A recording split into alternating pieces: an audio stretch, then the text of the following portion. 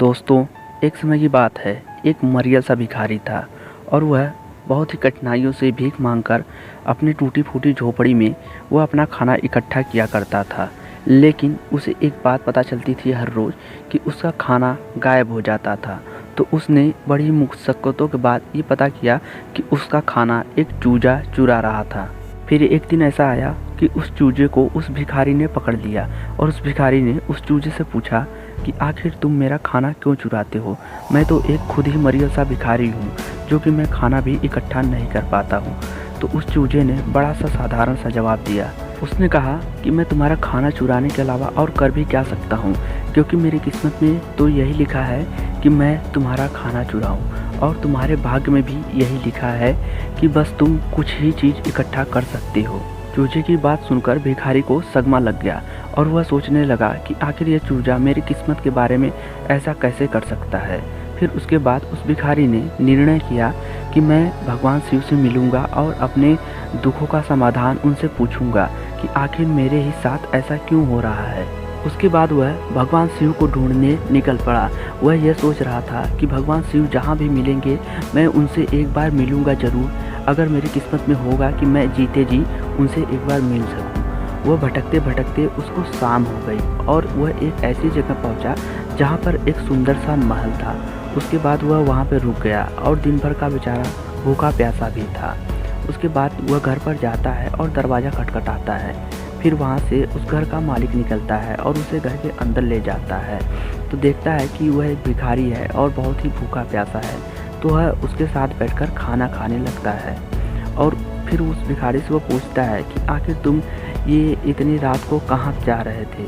तो वह बोला भिखारी कि मैं भगवान शिव से मिलने जा रहा हूँ और मेरा उनसे एक सवाल है। मैं उनसे पूछूंगा कि आखिर ये चीज़ मेरे ही साथ क्यों हो रहा है, यही चीज़ मैं उनसे पूछने के लिए जा रहा हूँ।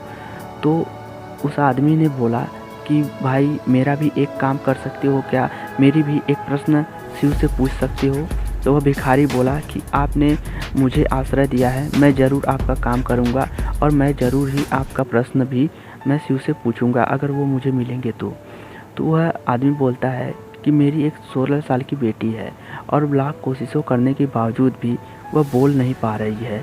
मैं उसके लिए क्या करूं कि मेरी बेटी ठीक हो सके? फिर उसके बाद वह भिखारी बोलता है कि ठीक है, मैं इस सवाल को ज़रूर पूछूंगा शिव से।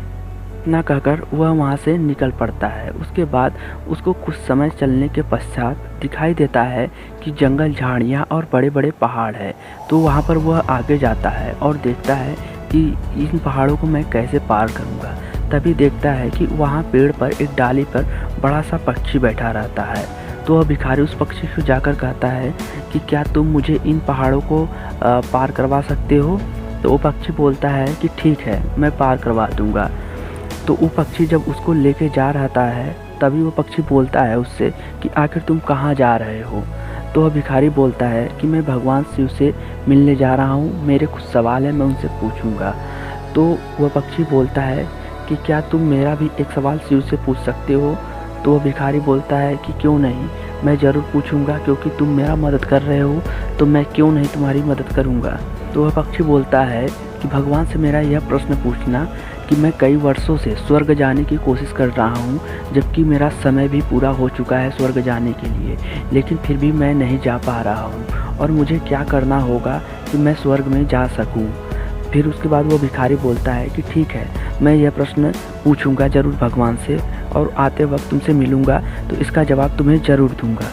उसके बाद वह पक्षी भिखारी को पहाड़ी के उस पार छोड़कर चला जाता है। फिर भिखारी कुछ दूर वहाँ से आगे ही बढ़ता है, तभी उसे एक सांप दिखाई देता है। फिर वह भिखारी उस सांप के पास जाकर पूछता है कि क्या तुम मुझे बता सकते हो कि भगवान शिव मुझे कहाँ मिलेंगे? तो वह सांप बोलता है कि हाँ, मैं जानता हूँ भगवान शिव कहाँ मिलेंगे। भगवान शिव कैलाश पर्वत पर रहते हैं। तो भिखारी बोलता है तुम्हारा धन्यवाद, ठीक है, मुझे इतना बताने के लिए।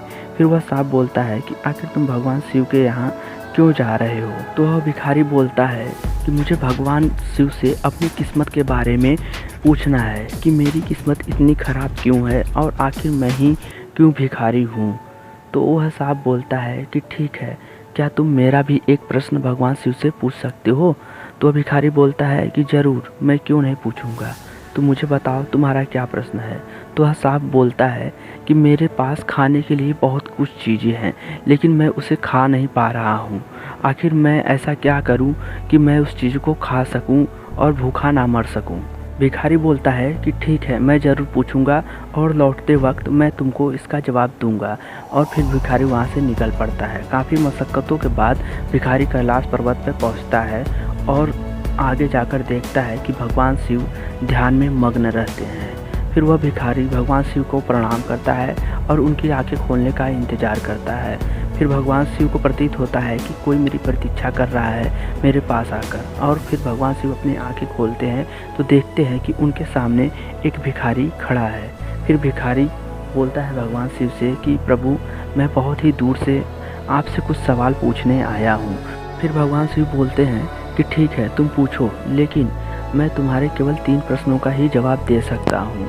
फिर वह भिखारी बहुत चिंतित हो जाता है। वह सोचता है कि मेरे पास तो 4 सवाल हैं और मैं क्यों 3 ही सवाल पूछूं भगवान से। फिर वह भिखारी सोचता है कि मुझे आखिर कौन कौन मिले थे रास्ते में। फिर वह सोचता है उस लड़की के बारे में, जिसके बारे में वह सोचता है कि वह अभी उसकी उम्र ही कितनी है और उसको बिन बोले ही पूरी ज़िंदगी बितानी पड़ती है। और फिर सोचता है कि वह पक्षी जो कि इतना बूढ़ा और बड़ा है और वह स्वर्ग जाने की कोशिश कर रहा है, लेकिन फिर भी वह नहीं जा पा रहा है।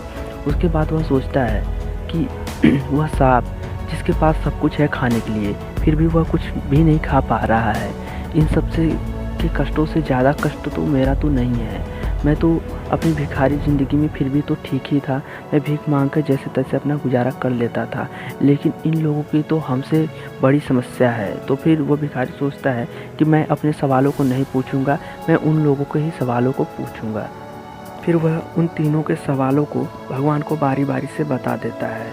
उसके बाद भगवान उन सवालों का जवाब देते हैं। वह बोलते हैं कि वह लड़की जो गूंगी है, उसके माता पिता अपने जीवन शैली में धन कमाने के लिए काफ़ी पाप किए थे और वह पाप के भागीदारी बन चुके हैं, लेकिन अब वह पाप का प्रायश्चित कर रहे हैं। जैसे ही उन लोगों का प्रायश्चित पूरा हो जाएगा, उन लोगों की लड़की वह जो गूंगी है वह बोलने लगेगी। और वह पक्षी इतना बूढ़ा होने के बावजूद भी उसे अपने पंखों पर इतना ज़्यादा घमंड है कि वह सोचता है कि मैं उड़कर स्वर्ग पहुंच जाऊंगा। लेकिन उसे ये नहीं पता कि जो भी जीव धरती पर जन्म लिए हैं वो मृत्यु के बाद ही स्वर्ग जा सकते हैं। और वह अनायास का प्रयास कर रहा है। अभी उसका समय नहीं आया है, समय आने पर खुद ही वह चला जाएगा। और वह सांप, वह जिन चीज़ों को खाने की कोशिश कर रहा है, दरअसल वह अनमोल वस्तुएं हैं जिसे वो खा ही नहीं सकता। वह जब तक ये नहीं समझ सकता कि ये मेरे खाने योग्य नहीं है, तब तक वो भूखा ही मरेगा। उसे उन वस्तुओं को छोड़कर दूसरे खाने की तलाश में लौटना पड़ेगा, तभी वो जाकर जिंदा रह सकता है। उसके बाद वह भिखारी भगवान को प्रणाम करता है और चला जाता है। और फिर जाकर वह उस सांप को बताता है कि यह चीज़ तुम्हारे खाने योग्य नहीं है, कृपया करके तुम दूसरे खाने की तलाश में निकल पड़ो। फिर वह सांप वहाँ से चला जाता है। उसके बाद वह भिखारी देखता है कि वह अनमोल वस्तुएं जो वह सांप उसे खाने की कोशिश कर रहा था, वह और कुछ नहीं, सोना चांदी था।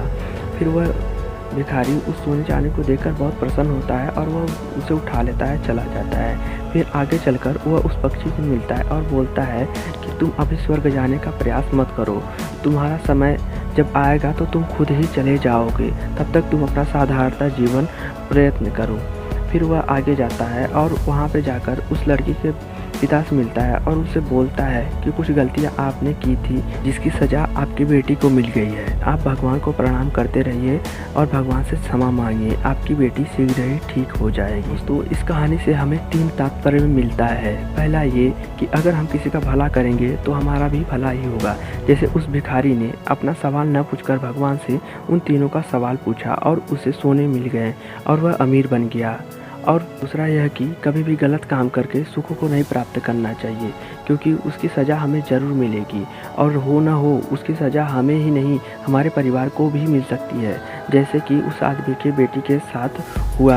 और तीसरा यह कि हमें कभी भी अपने ऊपर घमंड नहीं करना चाहिए और ना ही ऐसे कामों को करने का प्रयत्न करना चाहिए जो कि हमारे हाथ में ही ना हो। तो दोस्तों, अगर आप लोगों को ये वीडियो ज़रा सा भी अच्छा लगा हो भगवान शिव के नाम पर, तो लाइक, शेयर एंड सब्सक्राइब करें। और मिलते हैं आप लोगों से ऐसे ही बेस्ट स्टोरी के साथ अगली वीडियो में।